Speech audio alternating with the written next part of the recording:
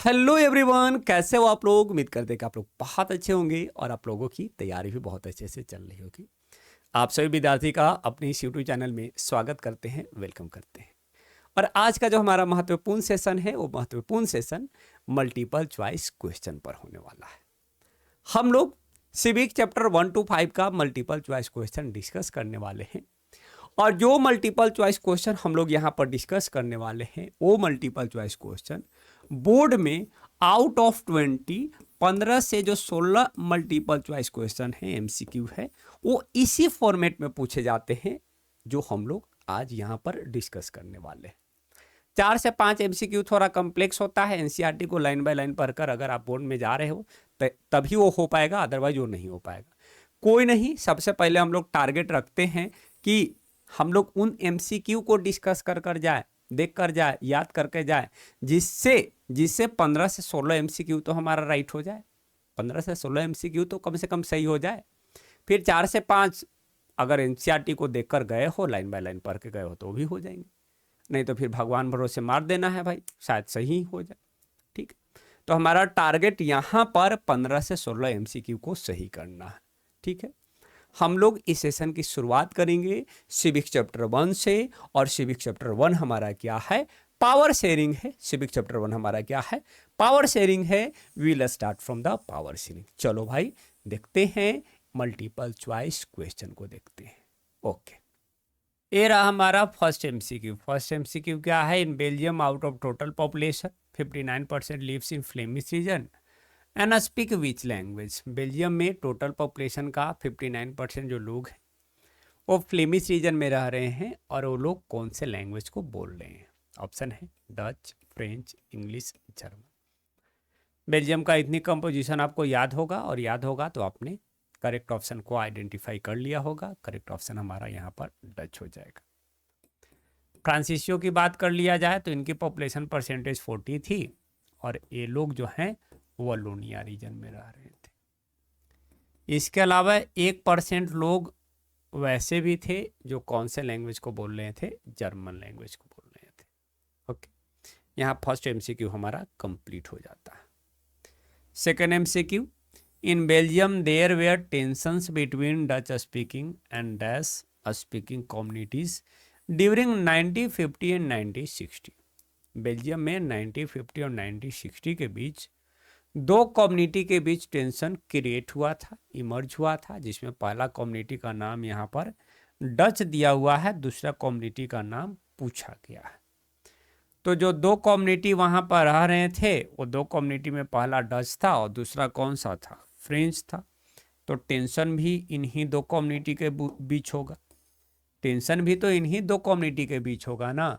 Okay, आगे बढ़ते हैं, तो वहाँ फ्रेंच हो जाएगा। थर्ड क्या है? In the island nation of Sri Lanka Sri Lankan Tamil population is concentrated in which part of the country. Sri Lanka में जो श्रीलंकन तमिल पॉपुलेशन है, श्रीलंकन तमिल पॉपुलेशन वो उस देश के किन हिस्सों में रह रहे हैं? तो आपके बुक में श्रीलंका का मैप दिया गया है, वहाँ पर दिखाया गया है कि श्रीलंकन तमिल जो है वो नॉर्दर्न और ईस्टर्न पार्ट में रह रहे हैं। तो यहाँ पर करेक्ट ऑप्शन हमारा डी हो जाएगा, north and east. North and east, ठीक है। जिनका पॉपुलेशन परसेंटेज कितना था? 18% था। इसके अलावा एक और जो कम्युनिटी वहाँ पर आ रहे थे जिनका पॉपुलेशन बहुत ज़्यादा था, वो कम्युनिटी सिहाला थे, उनका पॉपुलेशन 74% था। नेक्स्ट एमसीक्यू क्या है? Most of Sinhala speaking people of Sri Lanka are Christian, Hindus, Buddhist, otherwise Islam. तो जो सिहाला स्पीकिंग पीपल थे श्रीलंका के वो लोग बुद्धिस्ट थे, वो लोग बुद्धिस्ट थे। अगर तमिलों की बात कर लिया जाए तो तमिल या तो हिंदू थे या तो मुस्लिम थे, ठीक है। तो सिहाला स्पीकिंग पीपल बुद्धिस्ट थे। तो यहाँ पर करेक्ट ऑप्शन हमारा सी हो जाएगा।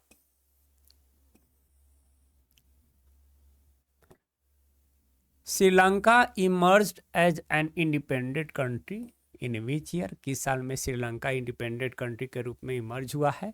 तो 1948 में श्रीलंका एक इंडिपेंडेंट कंट्री के रूप में इमर्ज हुआ है, ठीक है। In which year an act was passed to recognise Sinhala as the only official language thus disregarding Tamil language? कौन से साल में एक एक्ट पास किया गया जिस एक्ट के थ्रू सिहाला को एकमात्र ऑफिशियल लैंग्वेज डिक्लेयर किया गया था, मतलब तमिल लैंग्वेज को कहीं ना कहीं डिसरिगार्ड किया गया था? तो कौन सा साल था? 1956।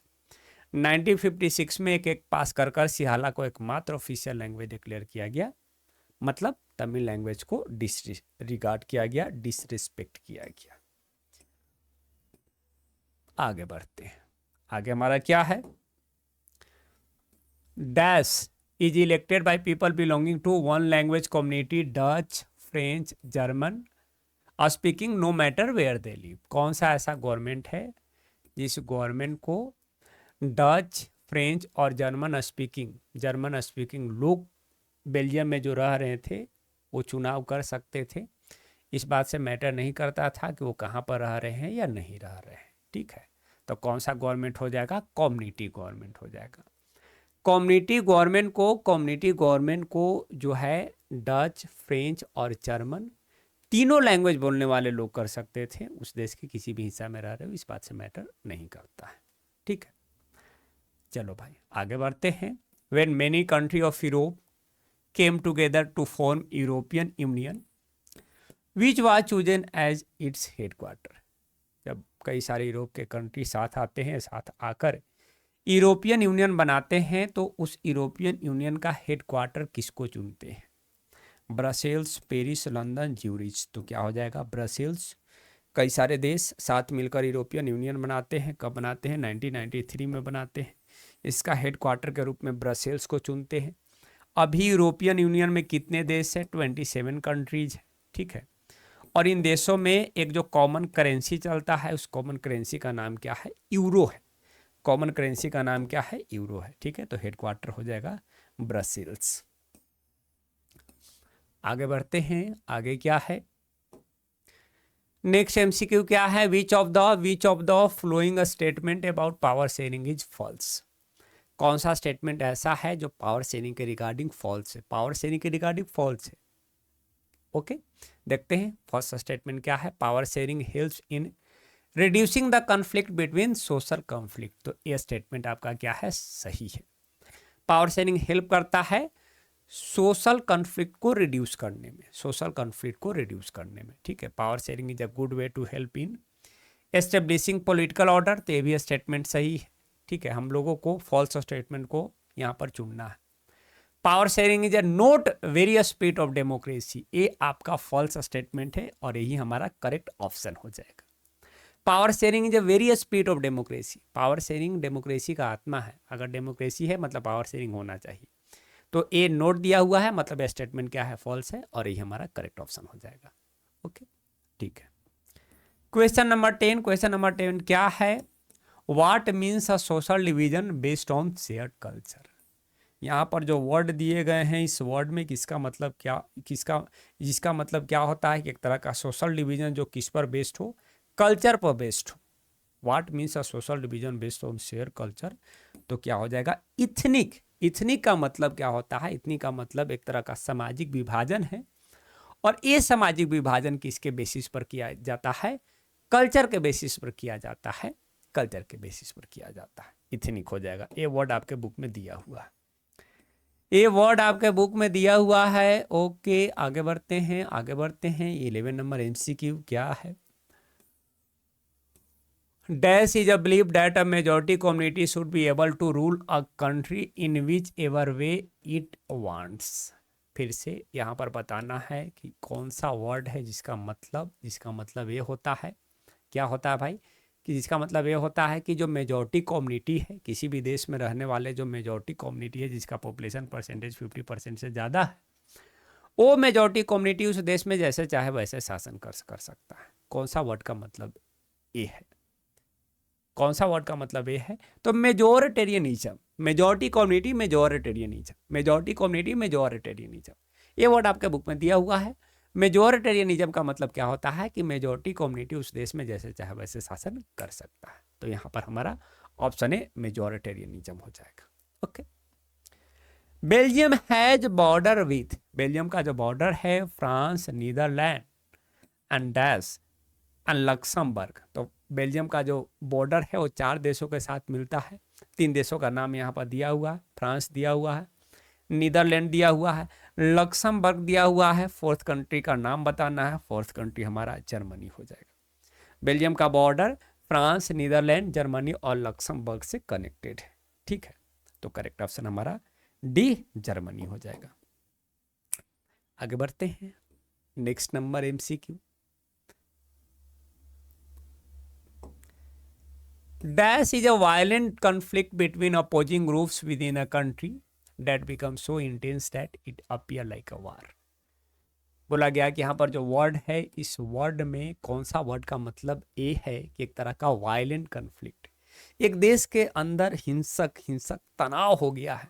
लोग जो है एक दूसरे को मार रहे हैं, पीट रहे हैं, काट रहे हैं, और ऐसा लग रहा है जैसे मानो उस देश में एक युद्ध चल रहा है। ऐसा लग रहा है जैसे मानो उस देश में क्या चल रहा है, युद्ध चल रहा है। कौन सा वर्ड का मतलब ये होता है, तो सिविल वार का मतलब ये होता है। सिविल वार इसका हिंदी होता है, हिंदी क्या होता है, गृह युद्ध। हिंदी क्या होता है, गृह युद्ध। मतलब घर पर कई सारे जो ग्रुप एक दूसरे पर के साथ जब बैटल करने लगते हैं, मारने लगते हैं, काटने लगते हैं, तो लगता है कि युद्ध चल रहा है, तो इसको सिविल वार कहा जाता है। ओके, आगे बढ़ते हैं। आगे क्या है, द टर्म इल्लम स्टैंड फॉर। इल्लम का मतलब क्या होता है, इल्लम का मतलब क्या होता है, तो इल्लम एक तरह का तमिल लैंग्वेज है, तमिल वर्ड है, और इस तमिल वर्ड का मतलब स्टेट होता है। जो तमिल लोग श्रीलंका में रह रहे थे, वो तमिल लोग जो हैं वो तमिल इल्लम की डिमांड कर रहे थे, तमिल स्टेट की डिमांड कर रहे थे। तो इल्लम का मतलब स्टेट होता है, इल्लम का मतलब स्टेट होता है। आगे आगे बढ़ते हैं।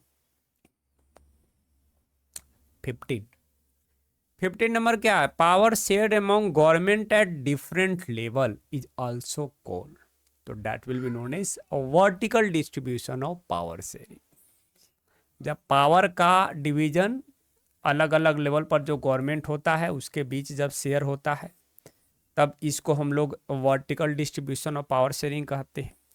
वही जब डिफरेंट ऑर्गन ऑफ गवर्नमेंट के बीच शेयर होगा, लाइक लेजिस्लेचर, एग्जीक्यूटिव और जुडिशरी, तो इसको हम लोग क्या कहते हैं, horizontal distribution of power sharing. ठीक है, इसको हम लोग horizontal distribution of power sharing कहते हैं। यहाँ पर चैप्टर 1 का जो एमसीक्यू है वो कंप्लीट हो गया। पावर शेयरिंग का एमसीक्यू यहाँ पर द एंड हो गया। अब हम लोग चैप्टर 2 की ओर मूव करेंगे। चलो बच्चों, अब हम लोग सिविक चैप्टर 2 फेडरलिज्म का मल्टीपल चॉइस क्वेश्चन को डिस्कस करने वाले हैं। ओके, तो चलिए शुरू करते हैं। ये रहा हमारा फर्स्ट एमसीक्यू क्या है, which among the following is an example of unitary system of government. Unitary system of government का कौन सा एग्जाम्पल है, बेल्जियम और श्रीलंका दोनों डीनर, तो क्या हो जाएगा, श्रीलंका में unitary system of government, Sri Lanka में यूनिटरी सिस्टम ऑफ गवर्नमेंट है, जबकि बेल्जियम में क्या है, फेडरल सिस्टम ऑफ गवर्नमेंट है। Okay, dash made shift from unitary system to a federal system of government, तो यहाँ पर ऑप्शन हमारा बी हो जाएगा, बेल्जियम में पहले यूनिटरी सिस्टम था, लेकिन बाद में वहाँ के संविधान में संशोधन किए गए, और संशोधन करने के बाद अब वहाँ पर क्या है, फेडरल सिस्टम ऑफ गवर्नमेंट है। अब वहाँ पर फेडरल सिस्टम ऑफ गवर्नमेंट है। ठीक है, तो याद रखना है, यूनिटरी सिस्टम श्रीलंका में है, फेडरल सिस्टम आपको बेल्जियम में है। Next MCQ, as per constitution India has dash scheduled languages. Constitution के हिसाब से भारत में कितने शेड्यूल्ड लैंग्वेज है, तो कॉन्स्टिट्यूशन के हिसाब से भारत में 22 शेड्यूल्ड लैंग्वेज है। कॉन्स्टिट्यूशन के हिसाब से भारत में 22 scheduled language. Which of the following is an example of holding together federation. Federation का 2 टाइप था, होल्डिंग टुगेदर और कमिंग टुगेदर फेडरेशन। यहाँ पर पूछा गया कि कौन सा देश है जो एग्जाम्पल किसका है, होल्डिंग टुगेदर का, तो India is the example of holding together federation. India के साथ साथ स्पेन भी होल्डिंग टुगेदर फेडरेशन का ही एग्जाम्पल है, बेल्जियम भी होल्डिंग टुगेदर फेडरेशन का ही एग्जाम्पल है, तो इन 3 देशों का नाम याद रखना है, जो कि इसका एग्जाम्पल है होल्डिंग टुगेदर फेडरेशन का। अगर कमिंग टुगेदर फेडरेशन से क्वेश्चन पूछ दिया जाएगा, विच of the following is an example of coming together federation, तो कमिंग टुगेदर फेडरेशन में यूएसए आ जाते हैं, यूएसए के साथ साथ स्विट्जरलैंड आ जाते हैं, और इसके साथ साथ आपको ऑस्ट्रेलिया, इसके साथ साथ आपको ऑस्ट्रेलिया भी आ जाता है। तो USA, Switzerland and Australia are the example of coming together federation. ठीक है, next, which of the following are included in union list, which of the following are included in union list, और यहाँ पर subject का नाम दिया गया है बैंकिंग, तो बैंकिंग यूनियन लिस्ट का ही पार्ट है। डिफेंस भी यूनियन लिस्ट का पार्ट है, फॉरेन अफेयर भी यूनियन लिस्ट का पार्ट है। Option D all of above, तो ऑप्शन डी कर लो भाई, ऑल ऑफ एबव। इसके अलावा 2 सब्जेक्ट और याद रखिएगा, कम्युनिकेशन, कम्युनिकेशन भी यूनियन लिस्ट का ही पार्ट है, और इसके साथ साथ करेंसी भी यूनियन लिस्ट का ही पार्ट है। तो ये सब सब्जेक्ट किसका पार्ट है? यूनियन लिस्ट का। चलो बच्चे आगे बढ़ते हैं। Which of the following subject are included in a state list. अब स्टेट लिस्ट से क्वेश्चन है, अब किससे क्वेश्चन है? स्टेट लिस्ट से क्वेश्चन है कि कौन सा यहाँ पर जो सब्जेक्ट है वो सब्जेक्ट किसका पार्ट है? स्टेट लिस्ट का पार्ट है। एग्रीकल्चर तो एग्रीकल्चर है, इरिगेशन भी है, पुलिस भी है, और ऑप्शन डी क्या है? ऑल ऑफ एबव, तो option D all of above हो जाएगा। इसके अलावे ट्रेड भी स्टेट लिस्ट का ही पार्ट है। ट्रेड के साथ साथ कॉमर्स भी याद रखिएगा, कॉमर्स भी किसका पार्ट है? स्टेट लिस्ट का पार्ट है। तो ये सारा जो सब्जेक्ट है कहाँ पर मेंशन है? स्टेट लिस्ट में मेंशन है। ठीक है, question number 8, if there is a conflict in the laws made for the subject mention in the concurrent list, then the decision made by which government will prevail.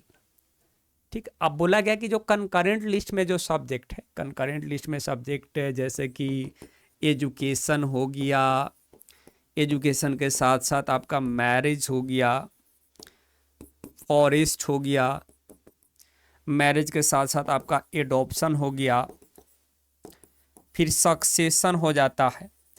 तो यहाँ पर बोला गया कि जो सब्जेक्ट कंकरेंट लिस्ट में mention है और इस सब्जेक्ट पर स्टेट गवर्नमेंट भी कानून बना सकते हैं और यूनियन गवर्नमेंट भी कानून बना सकते हैं, और बोला गया कि दोनों सरकार ने कानून बनाया और मान लो कि कॉन्फ्लिक्ट हो गया, तो कॉन्फ्लिक्ट के केस में कौन सा कानून जो है वो डोमिनेट करेगा, कौन से कानून को पालन किया जाएगा, तो कौन सा कानून को पालन किया जाएगा? उस कानून को पालन किया जाएगा जिस कानून को किसने बनाया है? यूनियन गवर्नमेंट ने बनाया है। तो याद रखना है, कंकरेंट लिस्ट में जो सब्जेक्ट दिए गए हैं वहां पर अगर कॉन्फ्लिक्ट होता है तो यूनियन गवर्नमेंट के द्वारा बनाया गया कानून ही मान्य होगा। ठीक है, आगे बढ़ते हैं। नेक्स्ट एमसीक्यू क्या है? Who has the power to make laws on the residuary subject. Residuary subject जो उस समय जब जो सारे सब्जेक्ट तो 3 लिस्ट में मेंशन कर दिए गए थे, लेकिन जो सब्जेक्ट बच गए थे उसको रेसिडुअरी सब्जेक्ट में रखा गया था, जैसे आईटी हो गया था। और यहाँ पर क्वेश्चन है कि रेसिडुअरी सब्जेक्ट पर कौन कानून बना सकते हैं? तो रेसिडुअरी सब्जेक्ट पर कानून बनाने के अधिकार किसके पास है? यूनियन गवर्नमेंट के पास है, सेंट्रल गवर्नमेंट के पास है। जो सब्जेक्ट रेसिडुअरी सब लिस्ट का पार्ट है वहां पर कानून कौन बना सकते हैं? Union government. Question number 10, which of the flowing state in India enjoy a special status. कौन सा स्टेट है हमारे देश में जिस स्टेट को स्पेशल स्टेटस दिया गया है, विशेष राज्य का दर्जा दिया गया है? ऑप्शन अरुणाचल प्रदेश, तो अरुणाचल प्रदेश को दिया गया है, मिजोरम को भी दिया गया, नागालैंड को भी दिया गया है। Option D all of above, तो option D all of above हो गया। देखिए कुछ राज्य ऐसे हैं जिनको विशेष राज्य का दर्जा दिया गया है क्योंकि वो राज्य थोड़ा पिछड़ा हुआ रहते हैं, तो केंद्र सरकार उनको विशेष राज्य का दर्जा देता है और विशेष तरह का फंड प्रोवाइड करता है ताकि उस राज्य का जो डेवलपमेंट है वो तेजी से हो सके। ठीक है, और ये राज्य ऐसे हैं जिनको विशेष राज्य का दर्जा दिया गया, स्पेशल स्टेटस दिया गया। चलो भाई आगे बढ़ते हैं, चलो मेरे बच्चा आगे बढ़ते हैं। The number of seats reserve for women in the panchayat and municipalities, panchayati raj व्यवस्था में, माने लोकल सेल्फ गवर्नमेंट, चाहे वो अर्बन एरिया में हो या रूरल एरिया में हो, वहां पर कितने % जो सीट है महिलाओं के लिए रिजर्व किया गया है? तो 1/3, 33% जो सीट है वो लोकल सेल्फ गवर्नमेंट में किसके लिए रिजर्व किया गया है? महिलाओं के लिए, 1/3। ठीक है। Which is the third tier of government known as local self government, बोला गया कि कौन सा हमारे देश में जो थर्ड टीयर ऑफ गवर्नमेंट है, थर्ड टीयर ऑफ गवर्नमेंट है, जो थर्ड लेवल पर गवर्नमेंट है, जिसको हम लोकल सेल्फ गवर्नमेंट कहते हैं। तो क्या हो जाएगा? विलेज पंचायत। विलेज पंचायत, अगर यहाँ पर म्यूनिसिपैलिटीज होता तो वो भी ऑप्शन में होता, ठीक है ना, क्योंकि ये जो विलेज पंचायत है ये कहाँ पर हम लोगों को देखने को मिलता है? रूरल लोकल सेल्फ गवर्नमेंट का पार्ट है ना, अर्बन में तो म्यूनिसिपैलिटीज देखने को मिलता है। तो चूंकि यहाँ सिर्फ विलेज पंचायत है तो विलेज पंचायत ही हमारा करेक्ट ऑप्शन हो जाएगा। ठीक है, थर्ड टीयर ऑफ गवर्नमेंट जिसको लोकल सेल्फ गवर्नमेंट भी कहते हैं, यहाँ पर ऑप्शन हमारा विलेज पंचायत हो जाएगा। आगे बढ़ते हैं। Which language is recognized as the national language by the Constitution of India? बोला गया कि कौन से लैंग्वेज को नेशनल लैंग्वेज डिक्लेयर किया गया है इंडियन कॉन्स्टिट्यूशन के द्वारा। जो हमारा संविधान है, हमारा संविधान कौन से लैंग्वेज को नेशनल लैंग्वेज डिक्लेयर करता है? यहाँ पर कौन कौन से ऑप्शन है? Hindi, English, Tamil, none of this. आपको लग रहा होगा कि हिंदी को डिक्लेयर किया गया है कि भाई देखो हिंदी जो है वो हमारे देश का क्या है? नेशनल लैंग्वेज है। तो ऐसा नहीं है, किसी भी लैंग्वेज को नेशनल लैंग्वेज डिक्लेयर नहीं किया गया। तो ऑप्शन हमारा क्या हो जाएगा? D, none of these. Hindi और इंग्लिश को ऑफिशियल लैंग्वेज डिक्लेयर किया गया है, लेकिन नेशनल लैंग्वेज किसी भी लैंग्वेज को डिक्लेयर नहीं किया गया। तो option D, none of these. ठीक है। When power is taken away from the central and state government and given to the local government, it is called, जब पावर को सेंट्रल और स्टेट गवर्नमेंट से लेकर लोकल गवर्नमेंट को दिया जाता है तो इसको क्या कहते हैं? तो इसको हम लोग क्या कहते हैं? डिसेंट्रलाइजेशन कहते हैं। जब पावर को सेंट्रल और स्टेट गवर्नमेंट से लेकर लोकल गवर्नमेंट को दिया जाता है तो that will be known as decentralisation, that will be known as decentralisation. इसको हम लोग डिसेंट्रलाइजेशन कहते हैं। आगे बढ़ते हैं। Which of the following is the head of the municipal corporation? Municipal corporation का हेड कौन होता है? Home minister, sarpanch, governor, mayor.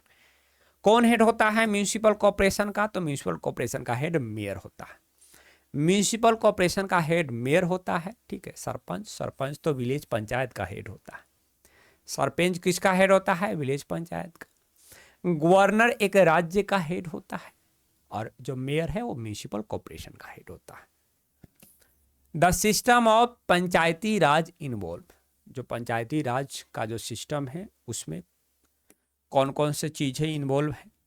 Village state union level नहीं भाई, village district and state level नहीं भाई, विलेज एंड स्टेट लेवल नहीं भाई, village block and district level, ये हमारा करेक्ट ऑप्शन हो जाएगा। जो पंचायती राज है, पंचायती राज भी 3 लेवल में डिवाइडेड है, लेवल 1, लेवल 2, लेवल 3। ठीक है ना। सबसे बॉटम पार्ट पर विलेज है, उसके ऊपर ब्लॉक है, उसके ऊपर कौन है? डिस्ट्रिक्ट है। तो ऑप्शन डी हो जाएगा, विलेज ब्लॉक एंड डिस्ट्रिक्ट। यहाँ पर civic chapter 2 federalism, civic chapter 2 federalism का भी एमसीक्यू क्या हो जाता है मेरे भाई? कंप्लीट, मेरे बच्चा कंप्लीट। चलो बच्चों, अब हम लोग civic chapter 3 gender, religion, caste से जो एमसीक्यू है, जो मोस्ट एक्सपेक्टेड एमसीक्यू है, उसको हम लोग डिस्कस करते हैं। देखिए हमारा पहला एमसीक्यू क्या है? In Scandinavian countries such as Sweden, Norway and dash, participation of women in public life is very high. जो स्कैंडिनेवियन कंट्री हैं वहाँ पर महिलाओं का जो पार्टिसिपेशन है पब्लिक लाइफ में बहुत ज़्यादा है। और स्कैंडिनेवियन कंट्री में 3 देश आते हैं। पहला देश दिया हुआ है स्वीडन, दूसरा दिया हुआ है नॉर्वे, तीसरा देश कौन सा आता है? फिनलैंड आता है। और इन तीनों देशों को नॉर्डिक कंट्रीज भी बोला जाता है, याद रखना है। इन तीनों देशों को नॉर्डिक कंट्रीज भी बोलते हैं, जहां पर महिलाओं का पार्टिसिपेशन बहुत हाई है। ठीक है, next MCQ. Patriarchal society means, patriarchal society का मतलब क्या होता है? तो पेट्रियार्कल सोसाइटी का मतलब एक ऐसा सोसाइटी जिस सोसाइटी में डोमिनेशन किसका हो? पुरुषों का हो। पेट्रियार्कल सोसाइटी का मतलब ऐसा सोसाइटी जिसमें डोमिनेशन किसका हो? पुरुषों का हो। मेट्रियार्कल सोसाइटी का मतलब ऐसा सोसाइटी जहां पर महिलाओं का डोमिनेंस हो, मेट्रियार्कल। और पेट्रियार्कल जिसमें डोमिनेंस पुरुषों का हो। ठीक है, आगे बढ़ते हैं। आगे क्या है? Literacy rate among women in India. Bharat में महिलाओं का लिटरेसी रेट क्या है? तो 54% है। पुरुषों का क्या है? 76% है। हालांकि ये डेटा बहुत पुराना है, 2001 का जो जनगणना है उसके हिसाब से दिया हुआ है, तो जो बुक में दिया हुआ वही याद रखिएगा। ठीक है ना? 11 वाला भी नहीं है, 11 वाला में भी डेटा चेंज है, पर कोई नहीं, जो बुक में दिया हुआ है वही याद रखिए। आगे बढ़ते हैं। आगे क्या है? On an average an Indian women works more than an average main every day. On an average अगर हम लोग देखते हैं तो एक भारतीय जो औसतन महिलाएं हैं, एक जो भारतीय जो महिलाएं हैं पुरुषों के कंपेयर में 1 घंटा ज़्यादा काम करती हैं। एक भारतीय महिलाएं पुरुषों के कंपेयर में 1 घंटा ज़्यादा काम करती है, लेकिन उनके ज़्यादातर काम की वैल्यू नहीं मिलती है। ज़्यादातर काम की उनकी वैल्यू नहीं मिलती है, तो यहाँ पर हमारा 1 आवर हो जाएगा। ठीक है ना? Okay. 6 equal remuneration act. Equal remuneration act of dash provides that equal wages should be paid to equal work.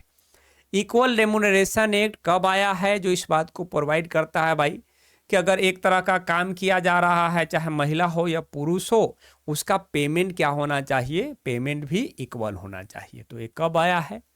तो ये आया है 1976 में आया है, जब हमारे देश की पीएम कौन थी? इंदिरा गांधी थी। इंदिरा गांधी के समय ये कानून बनाया गया था कि चाहे महिला हो या पुरुष हो, अगर एक समान पोस्ट पर है तो उनका पेमेंट भी क्या होगा? एक ही होगा। ठीक है ना? जेंडर इक्वालिटी के लिए एक कानून बनाया गया था, पुरुष और महिलाओं को एक किया जाए, इसके लिए कानून बनाया गया था। आगे बढ़ते हैं। आगे क्या है? Who use to say that religion can never be separated from politics. कौन है जो कहा करते थे कि रिलीजन को धर्म को राजनीति से अलग नहीं किया जा सकता है? तो कौन कहा करते थे भाई? तो गांधी जी कहा करते थे। गांधी जी कहते थे कि धर्म को आप राजनीति से अलग नहीं कर सकते हो, धर्म को राजनीति से आप अलग नहीं कर सकते हो। ठीक है, next. Dash are those laws that deal with family and inherited related such as marriage, divorce, adoption and dash. अच्छा, ये फैमिली लॉज यहाँ पर दे दिया गया है, ये यहाँ पर नहीं होगा। ठीक है, तो कौन सा कानून है जो डील करता है? क्या डील करता है? फैमिली रिलेटेड मुद्दों को, जैसे कि शादी हो गया, फिर डाइवोर्स हो गया या अडॉप्शन हो गया, तो कौन सा कानून? तो फैमिली लॉ तो यहीं पर होगा, ये गलती से यहाँ पर लिखा गया है। ठीक है, फैमिली लॉज डील करता है मैरिज, डाइवोर्स, एडॉप्शन और सक्सेशन। यहाँ पर होना चाहिए सक्सेशन, होना चाहिए सक्सेशन। ठीक, question number 8 is going to be completed. Question number 9. There is a no official religion in. कहाँ पर, कौन सा ऐसा देश है जहाँ पर कोई ऑफिशियल रिलीजन नहीं है? तो हमारा देश है इंडिया। श्रीलंका का ऑफिशियल रिलीजन क्या है? श्रीलंका का ऑफिशियल रिलीजन बुद्धिज्म है। इंग्लैंड का क्या है? क्रिश्चियनिटी है। इंग्लैंड का ऑफिशियल रिलीजन क्रिश्चियनिटी है। पाकिस्तान का क्या है? इस्लाम है। लेकिन भारत का कोई ऑफिशियल रिलीजन नहीं है। भारत का कोई ऑफिशियल रिलीजन नहीं है। यही कारण है कि इंडिया को सेकुलर कंट्री भी कहा जाता है, कि भारत क्या है? एक सेकुलर कंट्री है। ठीक है, तो इंडिया हो जाएगा। 10 representation of women in different state assembly. Bharat में जो अलग अलग स्टेट असेंबली है वहाँ पर महिलाओं का रिप्रेजेंटेशन कितना है? Less than 5%, more than 5%, more than 10%, more than 20%। Less than 5%। जो स्टेट असेंबली हमारे देश में है, अलग अलग राज्यों में, वहाँ पर महिलाओं का रिप्रेजेंटेशन 5% से ज़्यादा है। लोकसभा की अगर बात कर लिया जाए तो लोकसभा में 14% से कम है, लोकसभा में 14% से कम है और स्टेट असेंबली में 5% से कम है, तो याद रखना। आगे बढ़ते हैं, आगे क्या है? When we speak of gender division, we usually refer to, जब हम लोग बात करते हैं जेंडर डिवीजन की, जब हम लोग बोल रहे होते हैं कि भाई जेंडर डिवीजन जब हम लोग बोल रहे होते हैं तो उसका मतलब क्या होता है? उसका मतलब क्या होता है? बायोलॉजिकल डिफरेंस उसका मतलब होता है। पुरुष और महिलाओं के बीच जो बायोलॉजिकल डिफरेंस है उसका मतलब क्या ये होता है, या otherwise unequal role assign by the society to men and women, यही होगा। सोसाइटी के द्वारा जो अलग अलग रोल डिसाइड किया गया है कि पुरुषों को ये करना है, महिलाओं को ये करना है, this is the meaning of gender division. Gender division का मतलब यही होता है कि हम लोगों ने तय कर दिया कि पुरुषों को ये करना है, महिलाओं को ये करना है, महिलाओं को घर पर खाना बनाना, बर्तन धोना है, कपड़ा धोना है, ये सब चीज़ें, और पुरुषों के लिए हम लोगों ने तय किया कि बाहर जाकर उनको काम करना है, तो ये हो जाएगा this is the meaning of gender division. Okay, अब आगे है कि अ वीमेन और men who believes in equal rights and opportunity for main and women select the correct option for this. ठीक है, कोई भी एक महिला हो या एक पुरुष हो, वो इस बात में विश्वास रखता है कि महिलाओं और पुरुषों को इक्वल राइट्स मिलना चाहिए, समान अधिकार मिलना चाहिए और समान अवसर मिलना चाहिए। तब इसके लिए कौन सी आइडियोलॉजी यूज किया जाता है, इसके लिए कौन सा वर्ड यूज किया जाता है? कोई भी एक व्यक्ति एक विचार में विश्वास कर रहा है तो उस विचार को हम लोग क्या कहेंगे? विचार क्या है कि उनको लग रहा है कि महिला हो या पुरुष हो, दोनों को एक समान अधिकार मिलना चाहिए, एक समान अवसर मिलना चाहिए। तो वो विचार हमारा कौन सा होता है? फेमिनिज्म होता है, फेमिनिस्ट होता है। जो लोग फेमिनिस्ट होते हैं वो मानते हैं कि महिलाओं और पुरुषों को एक समान अधिकार मिलना चाहिए, तो यहां पर हो जाएगा हमारा फेमिनिस्ट हो जाएगा, फेमिनिज्म हो जाएगा। नेक्स्ट हमारा क्या है? Which of these is true about the most अगली फॉर्म ऑफ कम्युनलिज्म।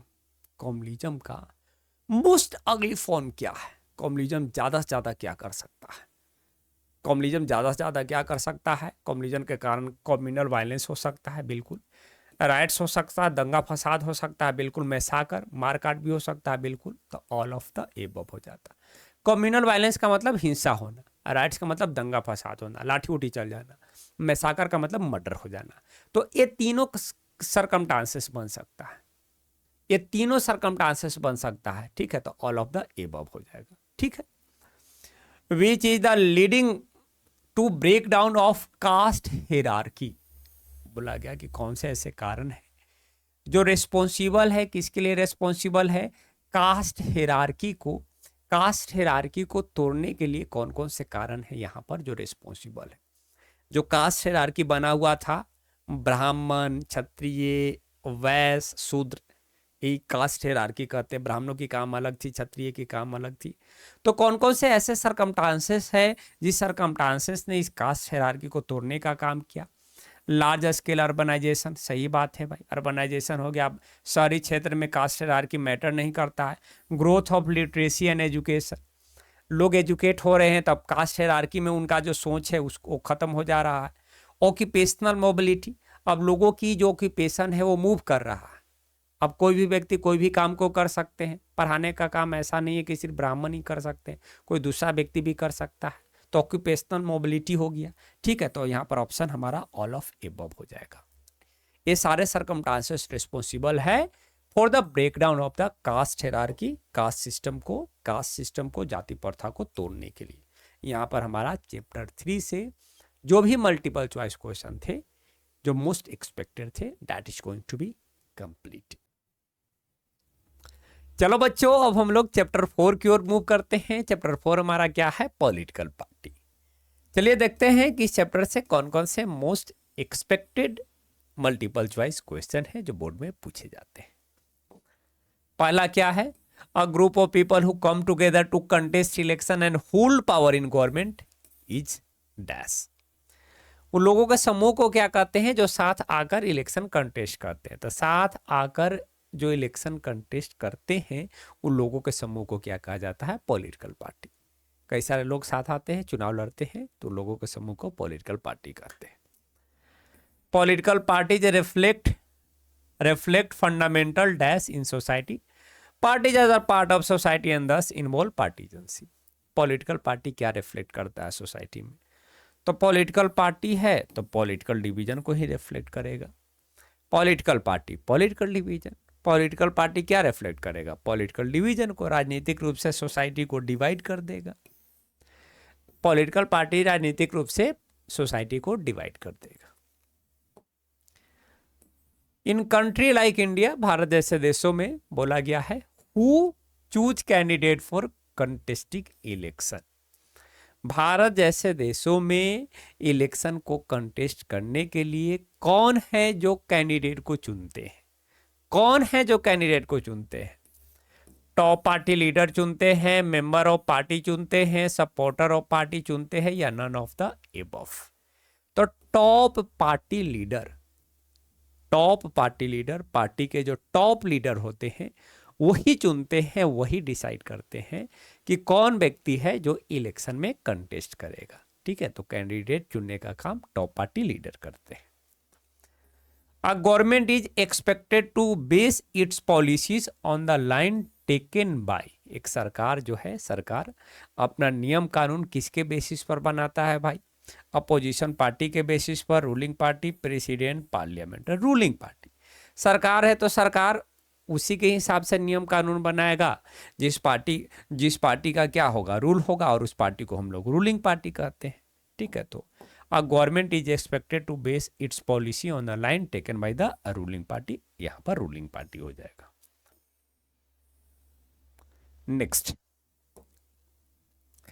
नेक्स्ट क्या है? Rise of political party is directly link to the emergence. Political party का जो राइज हुआ है, पॉलिटिकल पार्टी का जो राइज हुआ है वो किससे लिंक है? किसके इमरजेंस से लिंक है? मोनार्कियल डेमोक्रेसी के इमरजेंस से लिंक है, या डायरेक्ट डेमोक्रेसी, या रिप्रेजेंटेटिव डेमोक्रेसी, या कॉन्स्टिट्यूशनल डेमोक्रेसी? तो रिप्रेजेंटेटिव डेमोक्रेसी हो जाएगा। रिप्रेजेंटेटिव डेमोक्रेसी का राइज हुआ है, इसी कारण से पॉलिटिकल पार्टी का भी इतना ज़्यादा राइज हुआ है।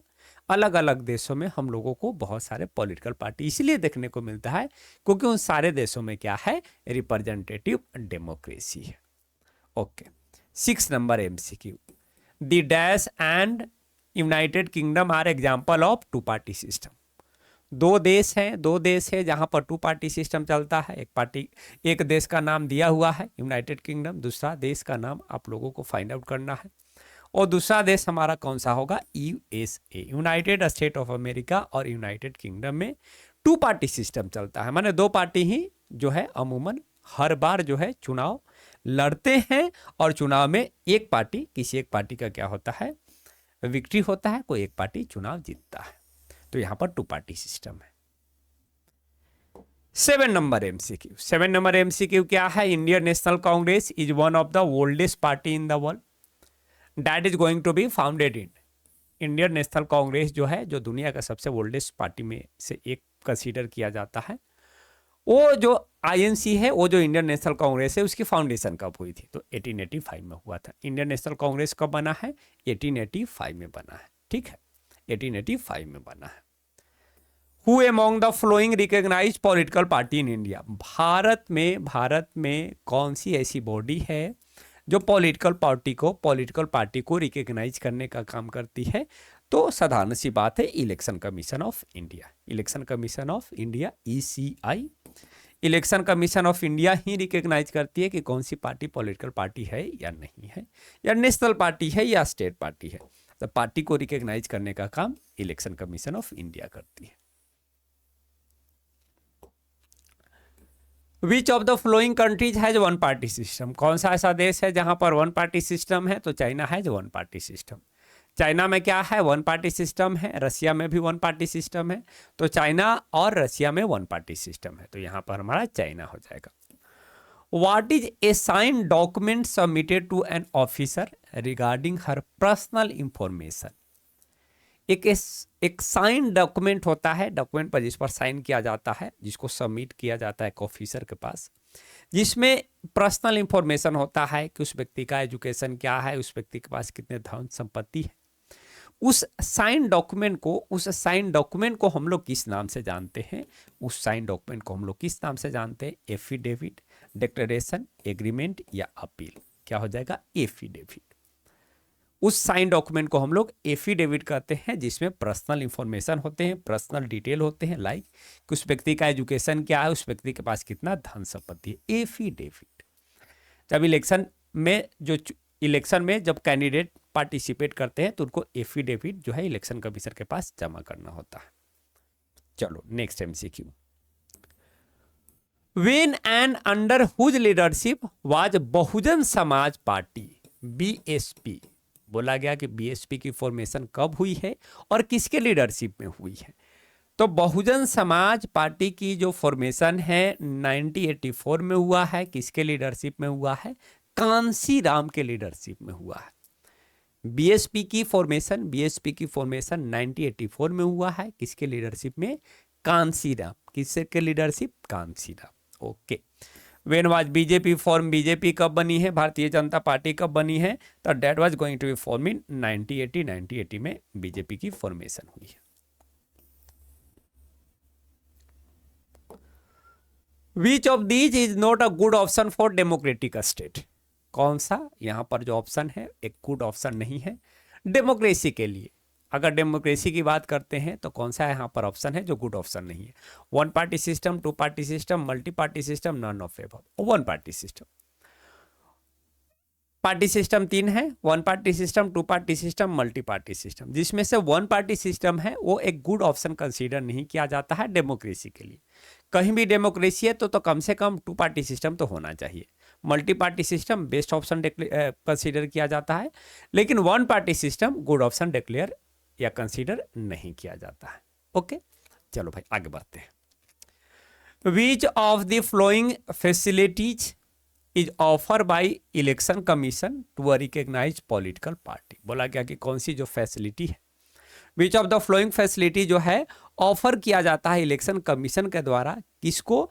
एक रिकॉग्नाइज्ड पॉलिटिकल पार्टी को। तो एक रिकॉग्नाइज्ड पॉलिटिकल पार्टी को election commission election symbol provide करती है, चुनाव चिन्ह जिसको आप कहते हो। तो इलेक्शन कमीशन जो है एक रिकॉग्नाइज पॉलिटिकल पार्टी को, स्टेट पार्टी हो गए या नेशनल पार्टी हो गए, उसको चुनाव चिन्ह प्रोवाइड करती है कि लो भाई ये आपका चुनाव चिन्ह है, इसके थ्रू आप प्रचार प्रसार करो, लोगों को बताओ, ताकि लोग आपको इस सिंबल पर क्या कर सके? वोट कर सके। चलो भाई यहाँ पर सिविक चैप्टर 4, यहाँ पर सिविक चैप्टर 4 का एमसीक्यू क्या हो गए? कंप्लीट हो गए। चलिए आगे बढ़ते हैं। Now let's move to the civic chapter 5। Civic chapter 5 जो कि हमारा लास्ट चैप्टर होने वाला है। और सिविक चैप्टर 5 क्या है? Outcomes of democracy. Outcomes of democracy, इससे कौन कौन से मल्टीपल चॉइस क्वेश्चन हैं जो आमतौर पर बोर्ड में बनते हैं? देख लीजिए। पहला क्या है? Which of the following statement are true about democratic government? कौन सा स्टेटमेंट जो है यहाँ पर डेमोक्रेटिक गवर्नमेंट के रिगार्डिंग ट्रू है, सही है? डेमोक्रेटिक गवर्नमेंट के रिगार्डिंग कौन सा स्टेटमेंट सही है? Democratic government is a legitimate government, बिल्कुल सही है। Democratic government may be slow, less efficient and not always very responsive, ये भी सही है भाई। हो सकता है कि डेमोक्रेटिक गवर्नमेंट स्लो हो, लेस इफिशिएंट हो, हमेशा रेस्पॉन्ड न करे, ये भी बिल्कुल सही है। Democratic government is the people's own government, ये भी सही है। जो डेमोक्रेटिक गवर्नमेंट है लोगों का अपना खुद का सरकार है भाई, लोगों ने इस सरकार को चुना है, ठीक है, तो ये भी सही है। तो लास्ट ऑप्शन क्या है? All of the above. तो हमारा ऑप्शन यहाँ पर डी होगा, ऑल ऑफ एबव। नेक्स्ट को बढ़ते हैं, नेक्स्ट की ओर मूव करते हैं। Democracy is preferred over dictatorship everywhere except. देखिए यहाँ पर देश का नाम दिया गया है और बोला गया कि आपको बताना है कि सभी देशों में, ये जो देश दिए गए हैं जिसमें से 3 देश ऐसे हैं जहां पर डेमोक्रेसी प्रीफर किया जाता है। सब लोग चाहता है यहाँ पर कि भाई हमारे यहाँ डेमोक्रेसी है, लेकिन एक देश ऐसा है यहाँ पर जो नहीं चाहता है कि भाई डेमोक्रेसी आए, वो चाहता है कि उसके यहाँ क्या है, डिक्टेटरशिप। तो कौन देश हो सकता है भाई, पाकिस्तान हो सकता है। पाकिस्तान में कभी डेमोक्रेसी आया है? नहीं, क्योंकि वहाँ के लोग ही नहीं चाहते हैं कि वो उनके यहाँ डेमोक्रेसी आए। तो यहाँ पर एकमात्र देश जहाँ पर डिक्टेटरशिप को लोग चाहते हैं कि उनके यहाँ डिक्टेटरशिप आए, वो एकमात्र देश कौन हो जाएगा, पाकिस्तान हो जाएगा।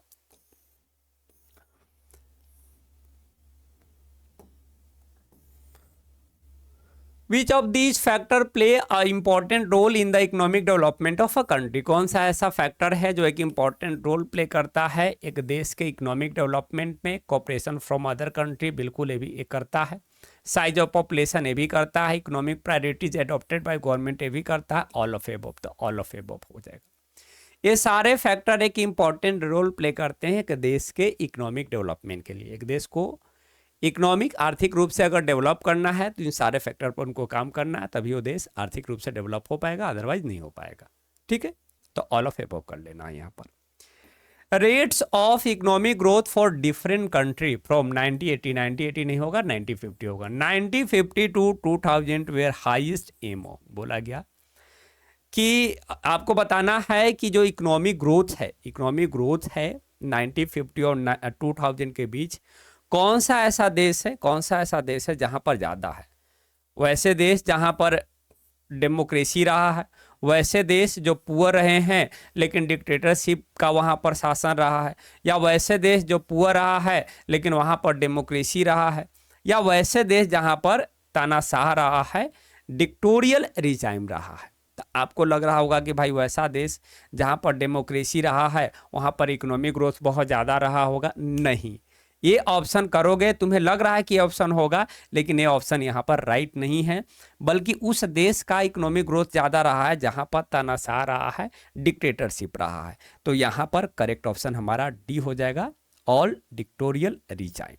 जहाँ पर तानाशाह रहे हैं वहाँ पर इकोनॉमिक ग्रोथ ज़्यादा रहा है। अगर आप कंपेयर करते हो उन सारे देशों को जहाँ पर डेमोक्रेसी है और जहाँ पर डिक्टेटरशिप है, 50 सालों का अगर कंपेयर करते हो 1950 से 2000 के बीच। ठीक है, तो याद रखना है यहाँ पर सब चीज तो आपको याद ही रखना है ना। एमोंग द गिवन कंट्री, यहाँ देशों का नाम दिया गया है। In which country do people have maximum believe that their vote makes a difference. यहाँ पर देश का नाम दिया गया है और आपको यहाँ पर बताना है कि कौन सा देश यहाँ पर ऐसा है जिस देश में रहने वाले लोगों को लगता है कि उनकी एक वोट देने से एक मतलब एक चेंज हो सकता है, उनके देश में बदलाव हो सकता है। कौन सा ऐसा देश है जहाँ पर ज़्यादातर लोगों को ये मानना है? तो कौन सा देश है भाई? तो यहाँ पर नेपाल हो जाएगा। यहाँ पर नेपाल हो जाएगा। नेपाल में लगभग 75% लोग ऐसे हैं जिनका ये मानना है कि उनका वोट से एक बदलाव आ सकता है उनके देश में, और सबसे ज़्यादा यहीं पर है। भारत में लगभग 67% के आसपास है। ठीक है, तो नेपाल हो जाएगा। चलो आगे बढ़ते हैं। आगे क्या है? What stand much superior to any other form of government in promoting dignity and freedom of individual? कौन सा ऐसा टाइप्स ऑफ गवर्नमेंट है जो सुपीरियर है, सबसे आगे है? किस मामले में सबसे आगे है भाई? जो व्यक्ति है, व्यक्ति का जो डिग्निटी है और जो फ्रीडम है उसको प्रमोट करने में, लोगों का जो डिग्निटी है, मान सम्मान है, उसको बहुत अच्छे से प्रमोट करता है। लोगों का जो फ्रीडम है उसको बहुत अच्छे से प्रमोट करता है। कौन सा ऐसा गवर्नमेंट है? आंख बंद करके यहाँ पर डेमोक्रेसी मार देना है। आंख ऐसे बंद करिएगा, ऐसे डेमोक्रेसी मार दीजिए। देखिए आंख बंद है ना, डेमोक्रेसी मार दी। देखिए आंख बंद करके डेमोक्रेसी मार दी। In a democracy a citizens has a right and means to examine the process of decision making and this is known as। Democracy में बच्चे मेरे, डेमोक्रेसी में एक नागरिक के पास अधिकार होता है कि वो चेक कर सके कि जो डिसीजन लिया गया है वो एक सही प्रोसेस से लिया गया है या नहीं लिया गया है। सिटीजन्स के पास अधिकार होता है, और ये जो राइट्स है और ये जो प्रोसेस है, इस प्रोसेस को हम लोग क्या कहते हैं? तो इस प्रोसेस को हम लोग ट्रांसपेरेंसी कहते हैं। बिल्कुल भाई, डेमोक्रेसी एकदम ट्रांसपेरेंट होता है। डेमोक्रेसी में आपको दिखता है कि डिसीजन कैसे लिया जा रहा है, या आपके पास अधिकार है कि आप जान सको कि डिसीजन कैसे लिया जा रहा है, और इसी को हम लोग क्या कहते हैं? ट्रांसपेरेंसी कहते हैं। ठीक है,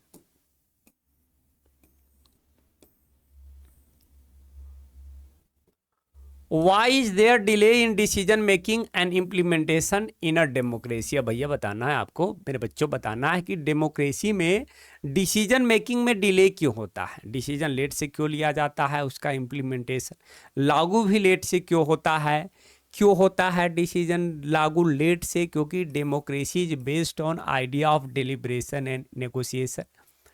डेमोक्रेसी में जो भी डिसीजन लिए जाते हैं तो उस पर लंबा वाद विवाद चलता है, पार्लियामेंट में जाता है, मीडिया ट्रायल होता है, मीडिया में वाद विवाद चल रहा है, बहुत सारे लोग विरोध प्रदर्शन भी करने लगते हैं। ये कारण है कि डिबेट डिस्कशन होते रहता है, नेगोशिएशन होते रहता है। इसके कारण डेमोक्रेसी में डिसीजन मेकिंग डिले हो जाता है और उसका इम्प्लीमेंटेशन भी डिले हो जाता है। ओके, तो ये हो गया। What is promoted much more by democracy than other form of government? क्या है जो डेमोक्रेसी बहुत ज़्यादा प्रमोट करता है? इन सभी में सबसे ज़्यादा प्रमोट क्या है जो डेमोक्रेसी करता है? इकोनॉमिक ग्रोथ को, इकोनॉमिक इक्वालिटी को, dignity and freedom of individual. साधारण सी बात है, लोगों की जो डिग्निटी और जो फ्रीडम है उसको बहुत ज़्यादा प्रमोट करता है डेमोक्रेसी। यही कारण है कि दुनिया भर के जो लोग हैं वो लोग क्या प्रीफर करते हैं कि उनके यहाँ क्या है, डेमोक्रेसी आए। क्योंकि डेमोक्रेसी आएगा तो उनके पास उनकी डिग्निटी बहुत ज़्यादा बढ़ जाएगी, उनकी मान सम्मान बहुत ज़्यादा बढ़ जाएगा, उनके पास फ्रीडम भी बहुत ज़्यादा मिल जाएगा। ठीक है, चलो छोटू आगे बढ़ते हैं। आगे क्या है? In which of this country half of the population lives in poverty? कौन सा ऐसा देश है जहां पर आधी पॉपुलेशन जो है वो गरीबी रेखा या गरीबी में रह रहा है भाई? तो कौन सा ऐसा देश है? बांग्लादेश। बांग्लादेश का 50% से ज़्यादा जो जनसंख्या है वो गरीब है भाई, वो गरीब है, गरीबी में जी रहा है बांग्लादेश। ठीक है। Which among the flowing countries is a perfect example of accommodation of social diversity? कौन सा ऐसा देश है जो एक परफेक्ट एग्जाम्पल है किसका? एकोमोडेशन ऑफ सोशल डाइवर्सिटी का, कि भाई वहाँ पर सामाजिक डाइवर्सिटी था, विविधता है, लेकिन उसको अच्छे से एकोमोडेट कर लिया, उसके साथ समझौता कर लिया। तो हमारा बेस्ट एग्जाम्पल बेल्जियम। अब देखिए, अब ये जो क्वेश्चन है, इस क्वेश्चन में चैप्टर 1 और 5 दोनों का कम्बिनेशन है। चैप्टर 1 और 5 दोनों का कम्बिनेशन है। चैप्टर 5 में एकोमोडेशन ऑफ सोशल डाइवर्सिटी पढ़ना है, ठीक है। और चैप्टर 1 में चूंकि सोशल डाइवर्सिटी को अच्छे से एकोमोडेट बेल्जियम में किया गया था, तो देखिए ये 1 और 5 का कम्बिनेशन है और इससे एक MCQ बन गया। हमारा क्या हो जाएगा यहाँ पर? B, Belgium. चलो आगे बढ़ते हैं। आगे क्या है? Democracy do not appear to be very successful in dash. Democracy जो है बहुत ज़्यादा सफल नहीं होता है। किस मामले में डेमोक्रेसी बहुत ज़्यादा सफल नहीं होता है? Reducing economic inequality, reducing political inequality, reducing caste distinction and all of above. किस मामले में? तो रिड्यूसिंग इकोनॉमिक इनइक्वालिटी, आर्थिक रूप से जो असमानता, माने जो गरीबी और अमीरी के बीच जो गैप बना हुआ है, उसको कम करने में डेमोक्रेसी सक्सेसफुल नहीं होता है। राजनीतिक रूप से तो हम लोग एक हो जाते हैं, इंडिविजुअल लेवल पर भी हम लोग एक हो जाते हैं, लेकिन पैसों का जो गैप बना हुआ रहता है अमीर और गरीब के बीच, उसको कम नहीं कर पाता है डेमोक्रेसी। ठीक है, तो यहाँ हो जाएगा option A. Okay.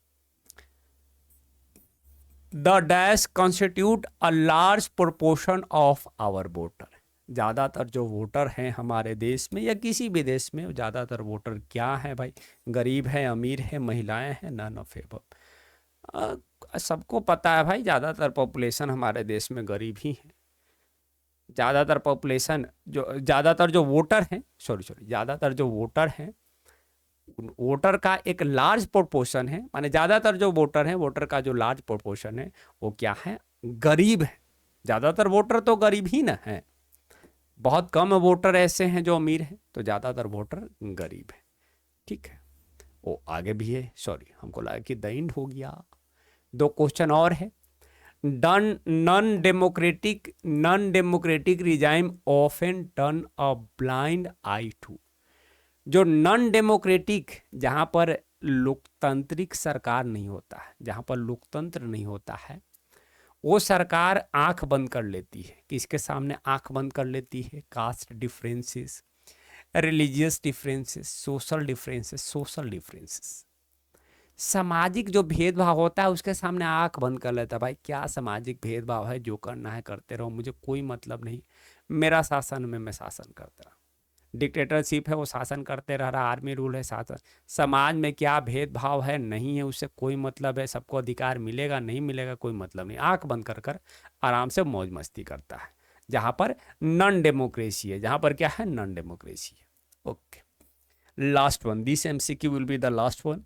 In substantive term it may be reasonable to expect from democracy a government that is, बोला गया कि अगर सब्सटेंटिव टर्म में देखा जाए तो एक डेमोक्रेसी से एक एक्सपेक्ट करना तो हम लोगों को बनता है। क्या एक्सपेक्ट करना हम लोगों को बनता है?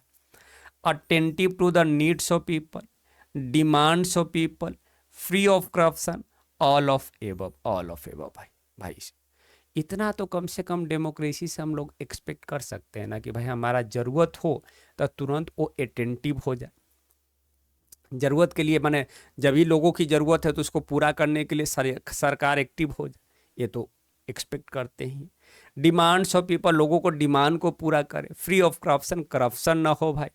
तो ये तीनों चीज़ जो है एक डेमोक्रेसी से हम लोग तो कम से कम एक्सपेक्ट तो कर ही सकते हैं, कि हमारी डिमांड पूरा करे, हमारी नीड्स पूरा करे, और करप्शन भी डेमोक्रेसी में ना हो। यहाँ पर हमारा chapter 1 to 5 is going to be completed.